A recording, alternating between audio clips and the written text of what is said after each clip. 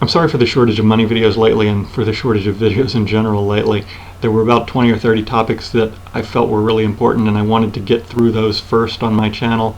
And now that I'm almost totally through with those, I will hopefully be able to go into a lot more detail on issues like money and peak oil and diet and sustainable living. Let me do one more quick money video though, since everyone is interested in that. The first thing everybody talks about lately is deflation, and I've never really tried to predict short-term trends because if I did, I'm sure I'll always be proven wrong.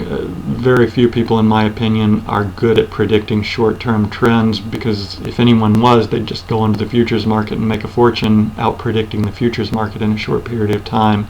So for the people wondering whether they should hold off on buying this or that commodity or wondering what the stock market's going to do, all that, in my opinion, is just speculation, and it's not really the type of speculation that I do anyway.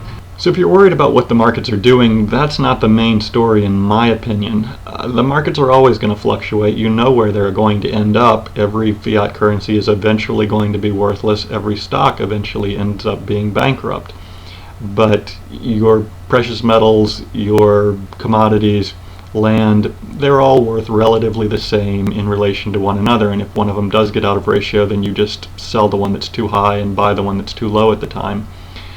The real story is that your avenues for escaping and protecting your wealth are being shut down. Besides deflation and the collapse of much of the stock market, though, there's been a much more ominous trend in the last 6 months which is not discussed in the media, and that is the government closing off your ability to convert dollars to something of value.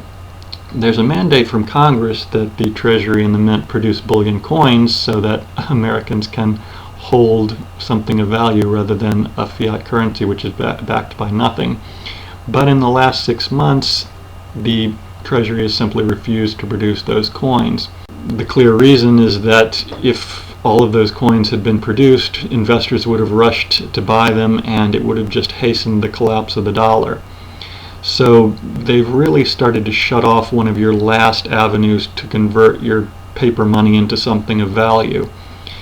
If you have to pay now a 10 or 20% commission to buy a bullion coin because there aren't many on the market because the Treasury isn't producing them as they're required to do, then by paying that 10 or 20% commission, you've lost 10 or 20% off the top of your investment, and it's not really a great investment anymore, in my opinion.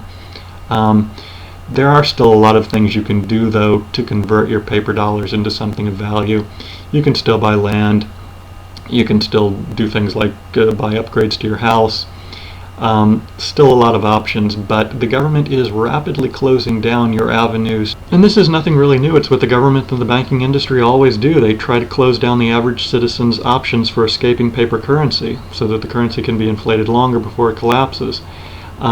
It is an enormous red flag, though, that shows you where we're headed. Over the last 100 years or so since we've had a central bank and allowed banks to counterfeit money, your avenues for transferring your wealth and protecting your wealth have gradually been shut off, and that's predictable. It has to be done. Otherwise, banks couldn't counterfeit currency if everyone could just escape the effects of that. So, we no longer have a gold standard. The dollar is just one more fiat currency, not backed by anything except for people's faith in its value. We've made it impossible at this point for anyone to open foreign bank accounts in tax haven countries by extorting those countries and making them turn over information to the U.S., although we don't do the same thing when people from third world countries open bank accounts in the United States. We've extorted countries that would have offered citizenship to Americans in an easy way so that Americans could protect their wealth by getting citizenship elsewhere. In other words, by saying that you really belong to America and we're not going to allow any other country to give you citizenship. Belize, I think, was the last country that was holding out on a program like that, and the U.S. government was able to extort them into getting rid of that program a while ago, I think 5 or 6 years ago. We've shut down ultra-rare precious metals dealers so that people can't protect their wealth that way. And the most important thing to remember is that as long as we have a banking industry which is able to create its own money, this type of inflation and theft will always continue. The last 6 months are a great example of why the banking industry owns everything in this country, because they're the ones that are able to inflate the currency, over-leverage loans, and then when that system of highly leveraged loans inevitably collapses, everyone is wiped out, without cash, and the banking industry is the one that is allowed to start making cash anew, even if they didn't have hundreds of billions of dollars in bailouts.